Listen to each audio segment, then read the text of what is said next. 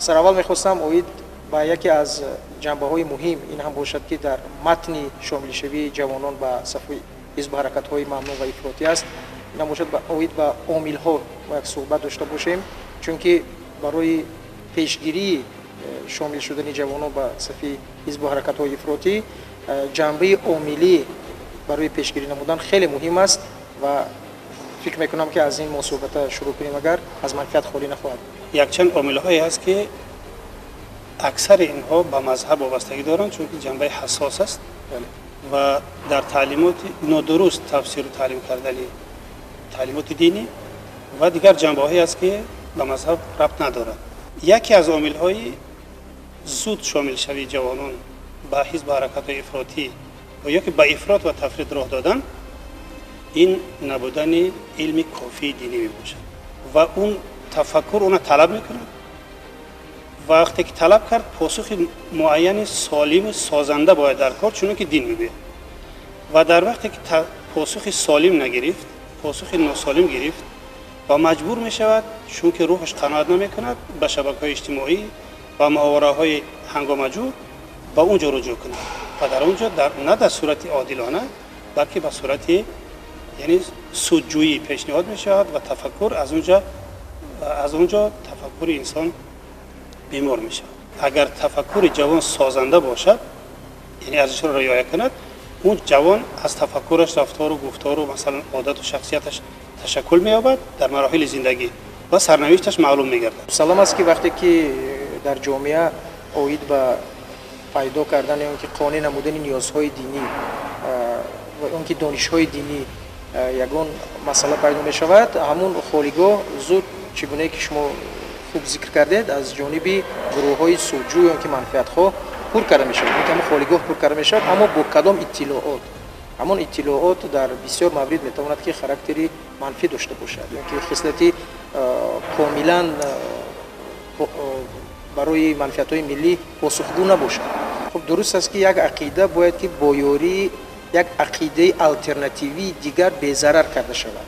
مثلا وقتی که در مقابل تو یک عقیده افراطی هست، اون عقیده افراطی باید که پوزه داشته باشد، یعنی که یک ارگومنتی داشته باشد که همون بی‌ضرر کرده تواند همون مثلا از ضررها جامعه رو نگاه دارد.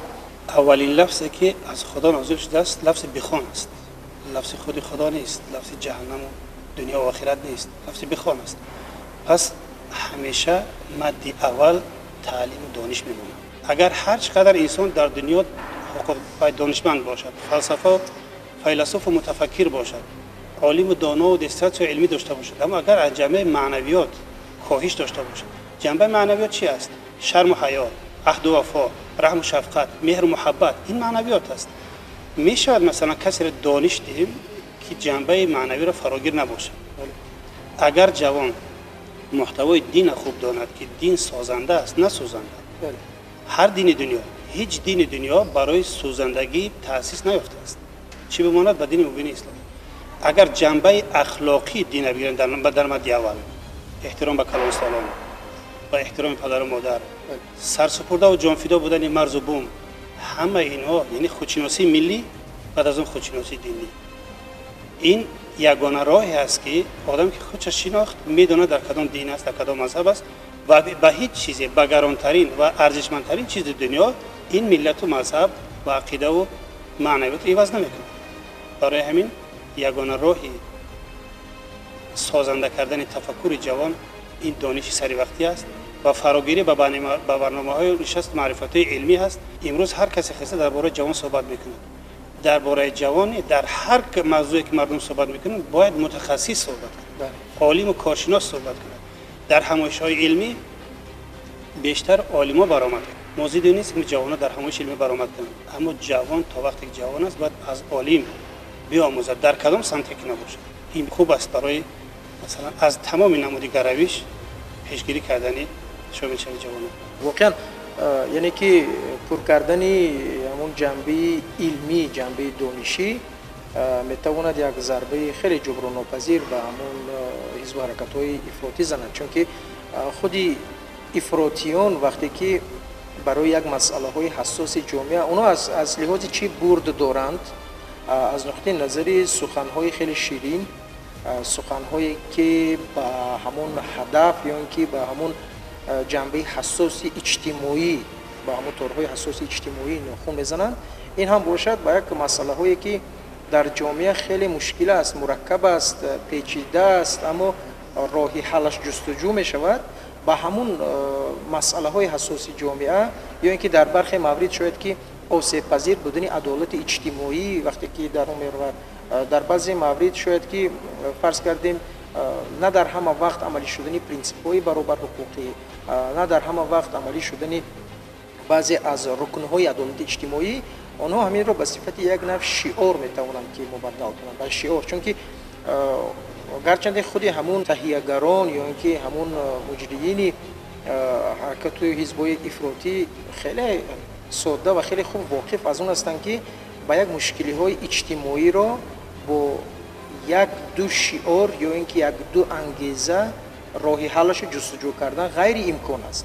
یعنی که این یک جنبه تشکیلی رو طلب میکند، یک جنبه تکنولوژی رو طلب میکند، یک جنبه فکری و عقیدوی رو طلب میکنند و آماده بودن جامعه رو نیز در نظر دارد. شما ببینید وقتی که آدم از نگاه جسمی آب و تاب یافت، اما از نگاه یعنی معده جسمیش، معده ماده از غذا یافت، آب و تاب تنومند شد، نیروی زوراوری را استفاده میبرد اگر معنویت ضعیف باشه، چون که یک جنبه تربیت کرد.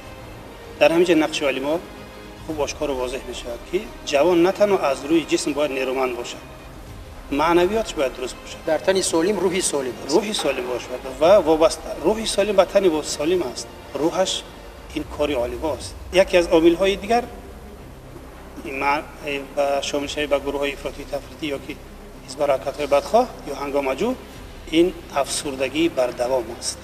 در کدام سطحی که نباشد، خواه نورس است، خواه جوان است، خواه مثلا کسی که بعد از پایش‌خوری عائله است، کسی که یا کسی قرضدار است، وقتی که افسردگی بر دوام ادامه یافت، حتما باید فکر کند که از این معضله، از این مشکل بیرون بیاید.